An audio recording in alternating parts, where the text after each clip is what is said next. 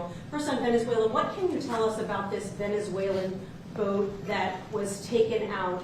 And do you plan to provide proof that these were narco-terrorists who were on their way to the U.S.? Well, we have proof. All you have to do is look at the cargo that was, like, it's spattered all over the ocean. Big bags of cocaine and fentanyl all over the place. And it was, plus we have recorded evidence that they were leaving. We've recorded them. It was very careful because we know you people would be after us. We're very careful. The military has been amazing.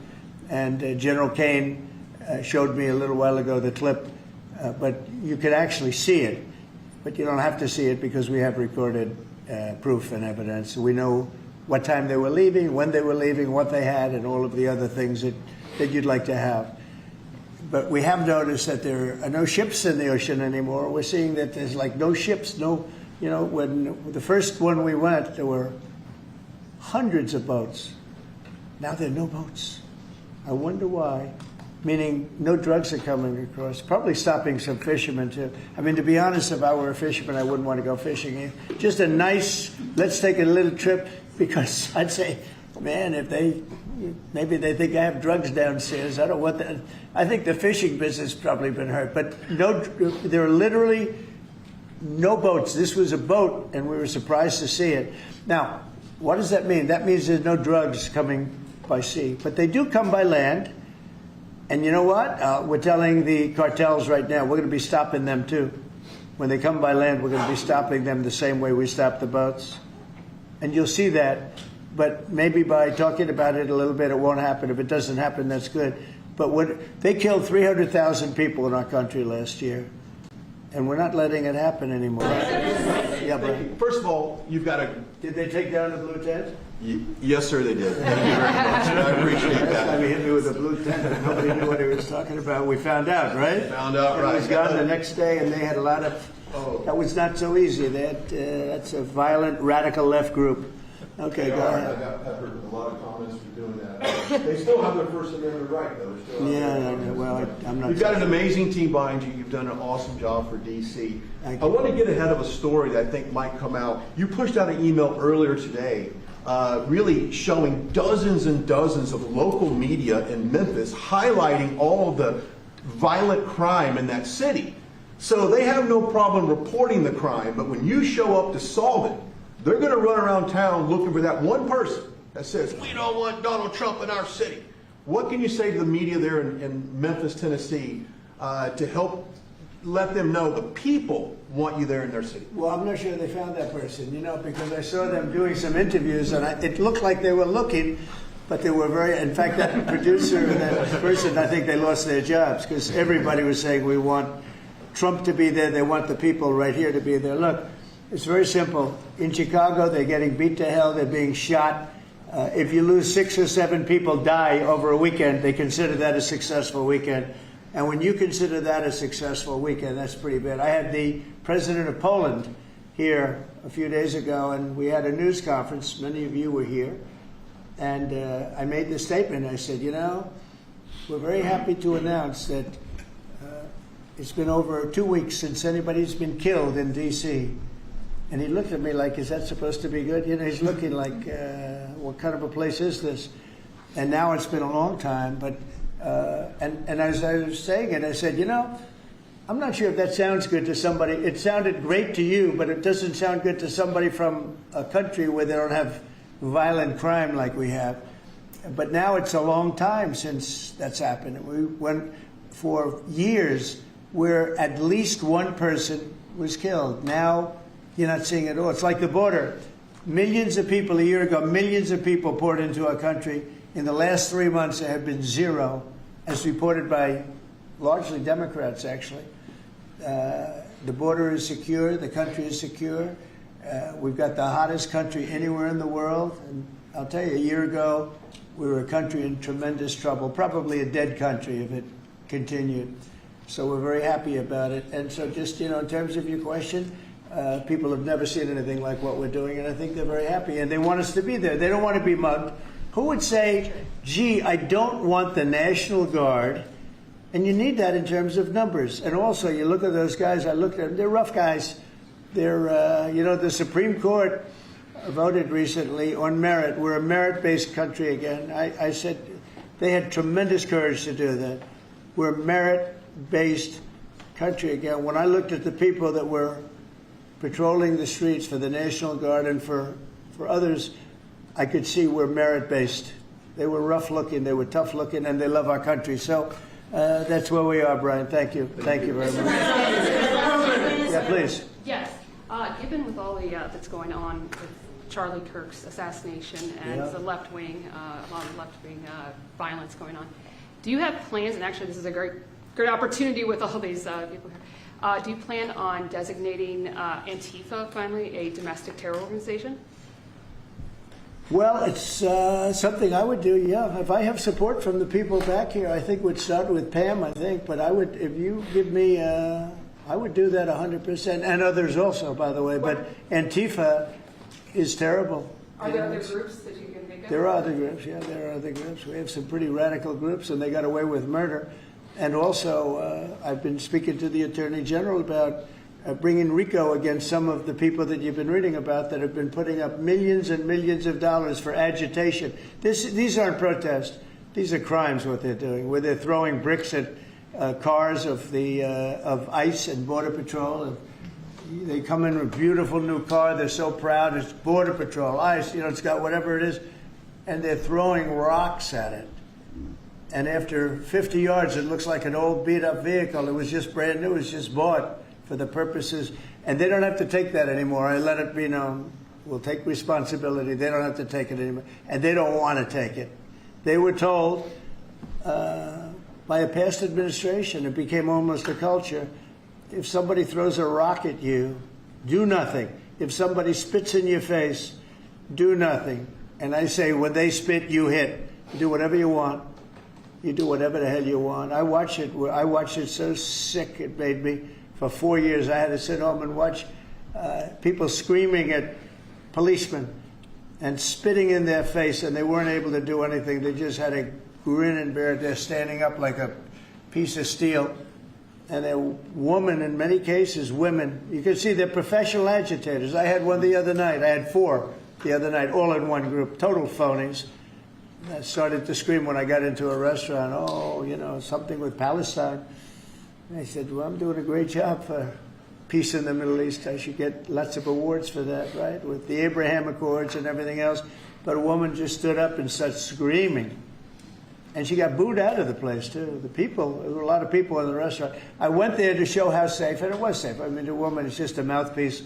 All she was a paid agitator. And you have a lot of them. And I've asked Pam to look into that in terms of RICO, bringing RICO cases against it, criminal RICO, because they should be put in jail. What they're doing to this country is really subversive. Is that Mr. President, can I ask you one on crime? Mr. President, can I ask you one on sure. crime and one on Charlie Kirk? You've floated potentially going into St. Louis. You mentioned you want to go into Chicago next. Could St. Louis be after Chicago? It's going to be around there someplace, yeah. We got to save St. Louis. Got to save these cities. This isn't like, we're going to do something. We have to save St. Louis. We have to save Chicago. I know all about Chicago. I have a great, beautiful building. I'm so proud of it. But, you get less proud when you see all the crime. When they announced 2 weeks ago, 11 people killed, just over a weekend, I think they said 38 people shot and 11 people dead. And then you watch Pritzker get up and say, we've got crime under control. And I will say that Cash and the FBI did a good job. With a very light force, they went in, and for about 4 months, Cash or so, they've been working on keeping crime down. They have brought the numbers down a little bit. But those are the easy numbers. The first 20, 25% are the easy numbers. That's where it gets.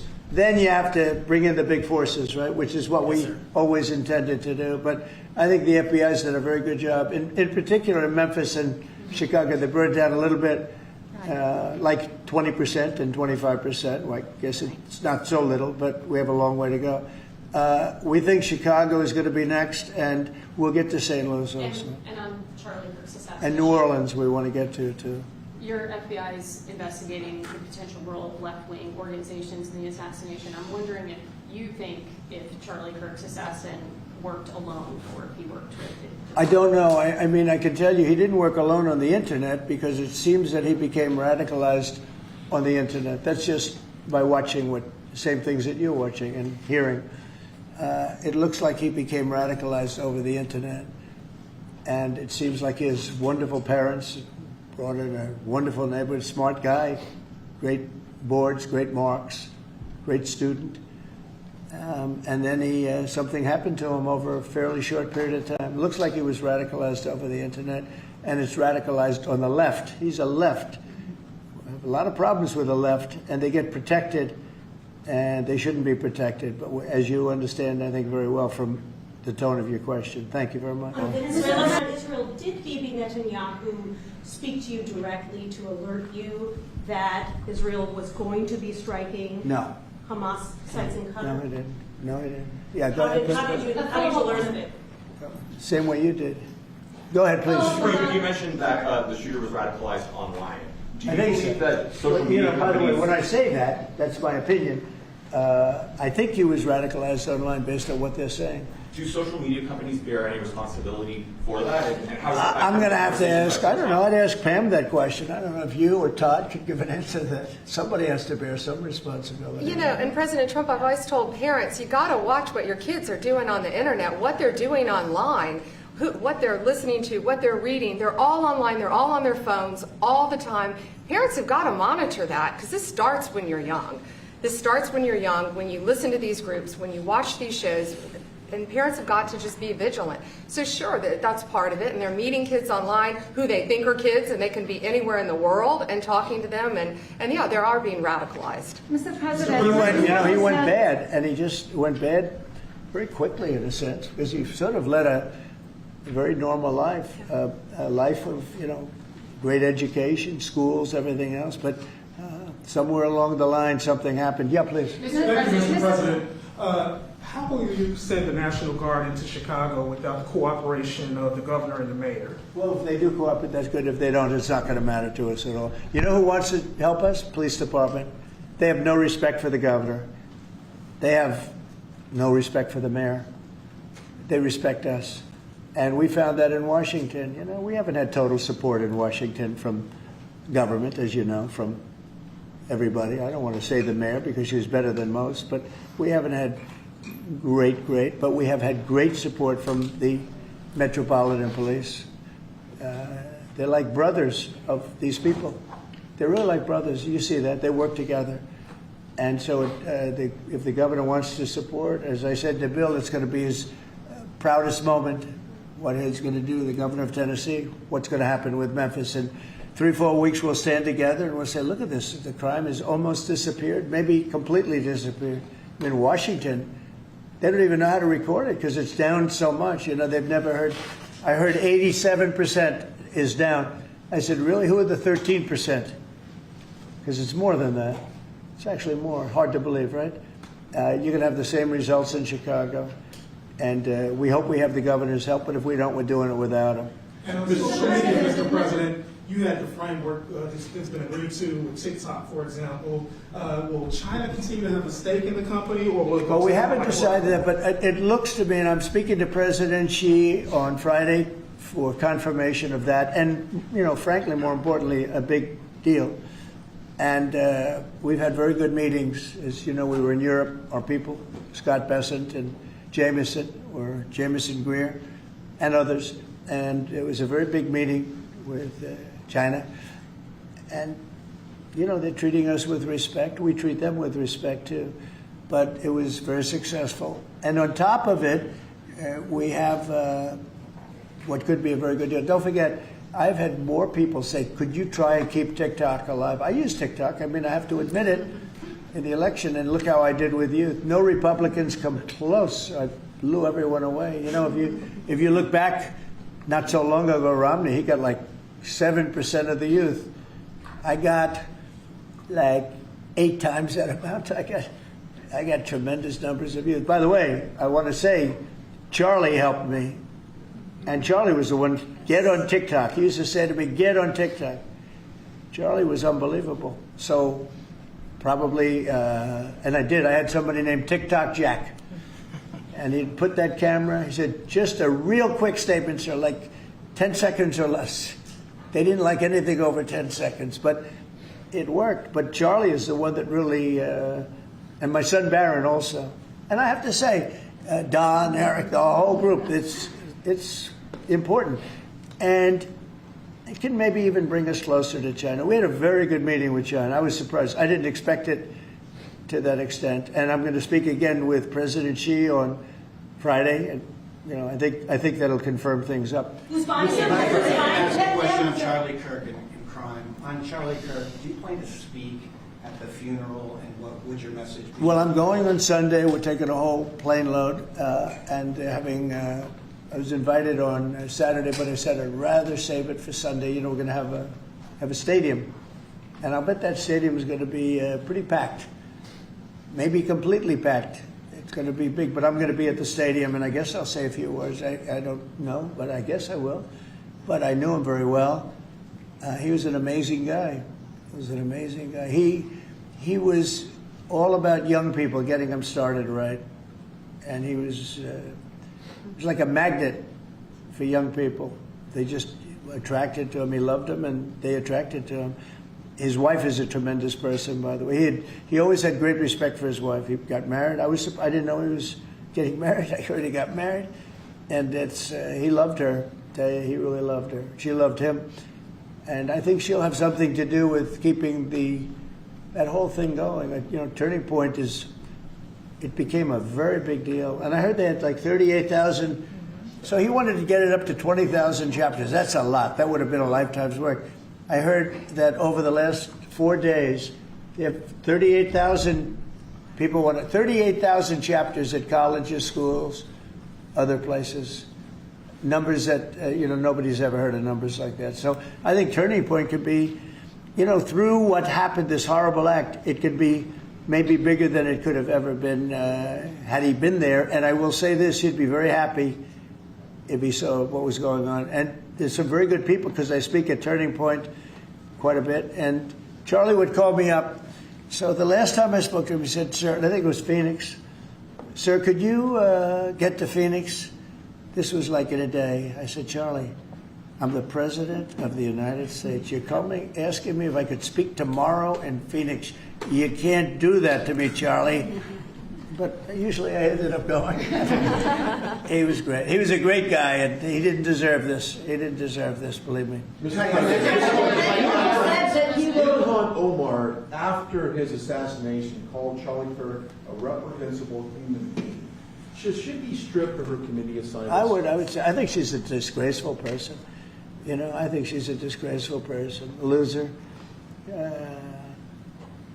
It's amazing the way people, I know it's people from her area, maybe of the world, I don't know, they got here and they vote her in. It's hard to believe, but I think she's a disgusting person. One more question, if I could. A lot of these, in recent of these kind of trans shooters that we've seen over the last couple incidents, this flag right here is up and down 14th Street. This is what would be a trans flag. A lot of people are very threatened by this flag. It means a lot of different negative things to people, violence. Would you be opposed to taking this flag down up and down the streets of D.C.? Well, I wouldn't be. Then they'll sue and they'll get freedom of speech stuff, so that'll happen. But I would have no problem with it.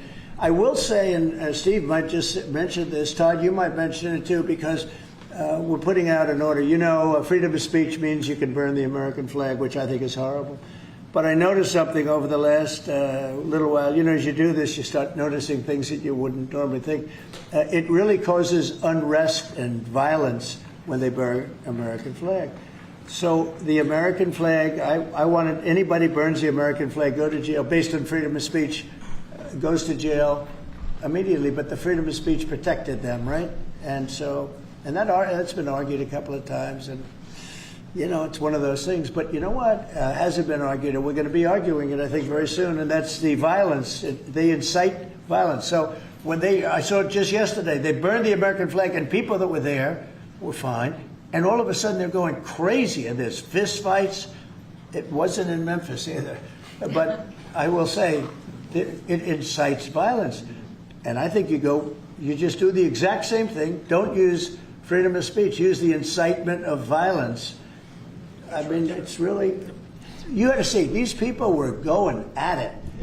And, you know, you could burn other things and people just sit there, they fall asleep. You burn the American flag, and you're on both sides. But the level of violence I saw this flag burning cause was incredible. It was an incitement. So I hope you guys are going to be able to do that, Pam, right? Well, there's also groups called transtifa. So perhaps if you can label them a domestic terrorist group, and in all reality, you could take that flag down because it would represent the transtifa. I think you probably could. Again, you'll be sued, and it's okay. I've been sued before a couple of times. You may have seen. Anyway. Netanyahu said that he doesn't rule out targeting Hamas anywhere they are. You said that you don't want to see Qatar hit again. Are there any guarantees that Qatar? Well, he won't be hitting in Qatar, as I say. I call it Qatar. You call it Qatar. You're actually more right, but actually you're allowed to go. The Emir said you can say it any way you want, but I've always thought of it as Qatar. I think it's a beautiful sound. And actually, they've been a very good ally. And a lot of people don't know that. But he won't be hitting Qatar, but he will be maybe going after. Now, there was an article that I read in a newspaper just about an hour ago where Hamas said they're going to use the 20 hostages as human shields. They're going to bring them up from the dark tunnels, and they're going to put them in the line of fire so that if Israel goes forward, they're going to die. And I thought that was very terrible, and I put out a statement on that. You saw that. Mr. Charlie Kirk, in retrospect, given all of the moving ways that this White House has paid tribute to Charlie Kirk, right. Do you think it would have been fitting to lower the flags to half-staff when Melissa Horman, the Minnesota House Speaker, was gunned down by an assassin as well? I'm not familiar. Oh, who? The Minnesota House Speaker, a Democrat, who was assassinated this summer. Well, if the governor had asked me to do that, I would have done that. But the governor of Minnesota didn't ask me. I didn't. I wouldn't have thought of that, but I would have if somebody had asked me. People make requests for the lowering of flag, and oftentimes you have to say no because it would be a lot of lowering. The flag would never be up. Had the governor of Minnesota asked me to do that, I would have done that gladly. And given the killing of Melissa Hortman, the attack on Paul Pelosi, the attack on Gabby Giffords, the attack on the Pennsylvania governor's mansion, why make the case that violence is only on one side? It seems to be taking. I didn't say it's on one side, but I say the radical left causes tremendous violence, and they seem to do it in a bigger way. But the radical left really is caused a lot of problems for this country. I really think they hate our country. Okay, yeah, please. This may be related to the RICO work that you're Right. doing, and I'd like to confirm. And we are really looking at that seriously. Vice President Vance was speaking with Stephen Miller earlier today about targeting NGOs that they were saying foment violence. Right. Is that? Can you speak more to that? And what NGOs specifically are you looking to target, sir? A number of them. Steve, please. Yes, so I believe what you're referring to is there are these nonprofit entities that organize, as the president mentioned, attacks on ICE officers, attacks on Border Patrol agents, organized doxing campaigns, which are a violation of federal law. They break off cement and they bring into riots. They have organized drop points for weapons, organized drop points for gas masks, organized drop points for all the materials necessary to launch a riot. Of course, you saw that during the Black Lives Matter riots as well, too. So there's this whole network of organizations. And I think the key point the president's been making is somebody is paying for all of this. This is not happening for free. And so under the president's direction, the attorney general is going to find out who is paying for it, and they will now be criminally liable for paying for violence. And you know, a new thing that I've been seeing a lot of lately, but never saw it before, is they're walking in with bricks and rocks and everything. And the FBI or the Border Patrol or ICE or the police are grabbing them and taking them away, and that's great. And then they whip out a hammer, and it's a beautiful hammer. Really, it's nice. You know, this is not a hammer somebody happens up. These are serious hammers, beautiful, brand new hammers, and they start breaking up the concrete sidewalks and the granite curbs in many cases. Granite is hard to cut, you know, it's very hard stone, and they're banging away and handing out pieces of stone. So instead of having it in bags, they're banging the sidewalk, knocking them. You have to see what some of these sidewalks look like when they finish, and especially the curbs, because the granite curbs are very, very expensive, and they're great, and very hard. They are almost indestructible, but not when it gets pounded on for 20 minutes by some pretty strong guy. And then they hand out big chunks of stone so that people can throw them at the police and people can drop them off bridges into car windows. No, we have a long way to go, and we're going to make it all good. We're going to make it really safe. This country is going to be safe. We've got almost 3.5 years. Think of that, 3.5 years. It's a long time. It goes quickly. But at the end of that time, I hope one of the many things we can say is that we made our cities safe again. Thank you very much, everybody.